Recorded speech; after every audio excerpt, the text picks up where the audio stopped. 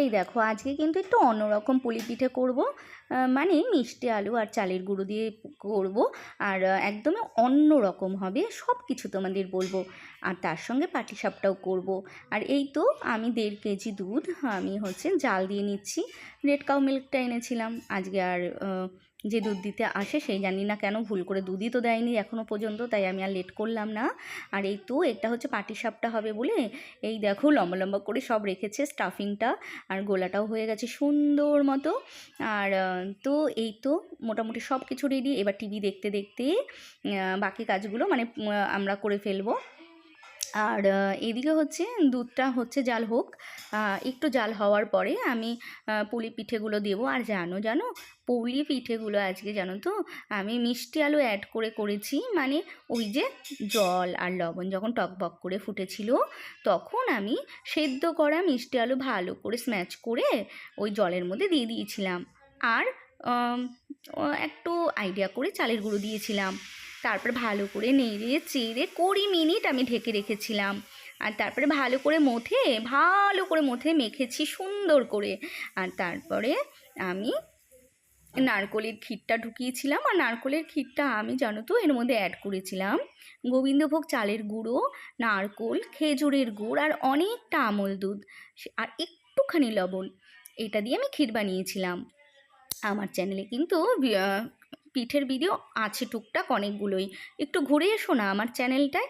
আমার চ্যানেলে অনেক রকম ভিডিও তোমরা দেখতে পারবে, তোমাদের কাজের ভিডিওও দেখতে পারবে। আশা করি বোর হবে না, একটু ঘুরে এসো। আর হ্যাঁ, জানো তো আমার এখনও 20,000 সাবস্ক্রাইব হয়নি। একটু তোমরা যারা নতুন রয়েছো একটু আমাকে 20,000 সাবস্ক্রাইব করে দাও। আর বন্ধুদের সাথে একটু ভিডিওটা শেয়ার করে দাও। তো এই তো আমার কিন্তু এখানে দেখো অনেকটাই কিন্তু হয়ে গেছে। এই তো এটা ক্ষীর পুলি। আর এইবার আমি যেটা করব, ভালো করে একটু শোকাবো। যেহেতু চালের গুঁড়োটার মধ্যে আলু আছে তাই খুব যে সাথে সাথে টেনে যাবে তা কিন্তু নয়। আলুটা থাকাতে কিন্তু অতটা টানবে না, কিন্তু জানো খাওয়ার সময় নরম সফট আর সত্যি কথা বলতে অনেক ভালো লাগে। আর এই তো আমি রেডি করে রেখেছিলাম পাটিসাপটার গোলা। আর এইবার এইটা রেডি করে তারপরে আমি বানাবো পাটিসাপটা। আর এইবার চলো দেখাই।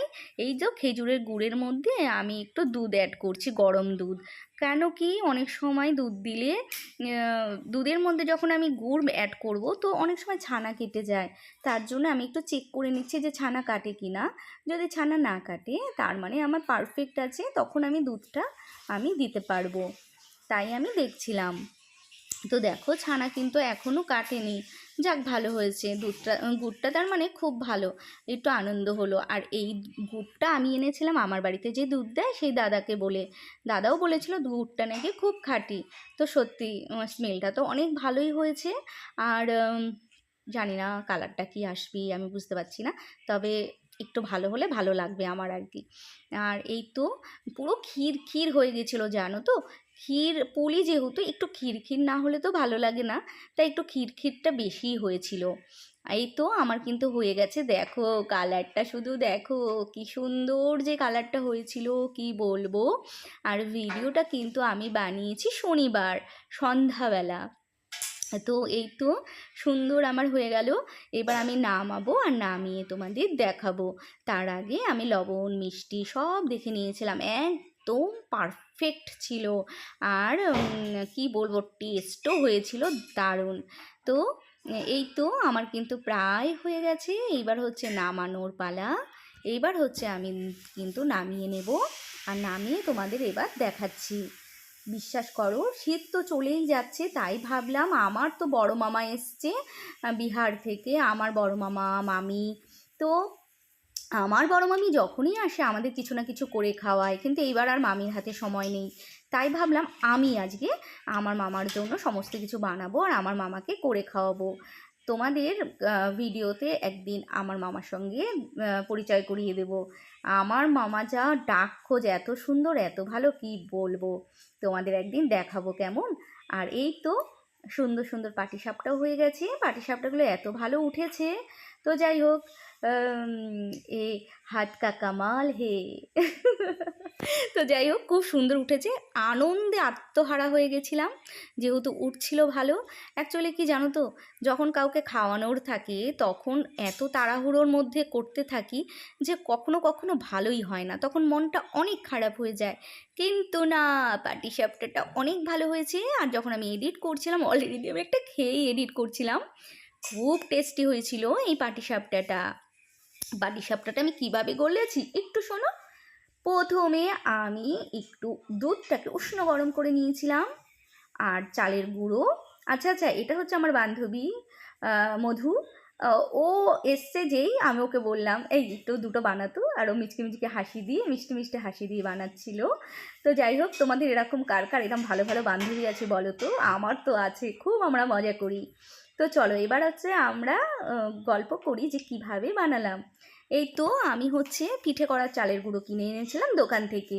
উষ্ণ গরম দুধ নিলাম, চালের গুঁড়ো নিলাম, একটু লবণ নিলাম, আর খেজুরের গুড়।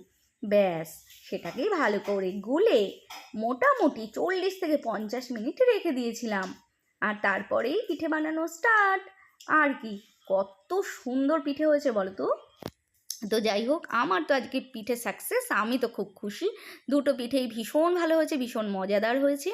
তোমরা যদি ডিটেলসে দেখতে চাও অবশ্যই আমাকে কমেন্ট করবে, আমি দেখাবো। আর ওই যে তোমাদের বললাম আমার কিন্তু চ্যানেলে দেওয়া আছে। তাহলে আজকে এখানেই শেষ করছি। সবাই খুব ভালো থেকো। আর হ্যাঁ, লাস্টে একটু তোমাদের পিঠেটা কেমন হলো ওটা তো না দেখালে হবে না, ওটা দেখবে তবেই তো লাইক কমেন্ট করবে।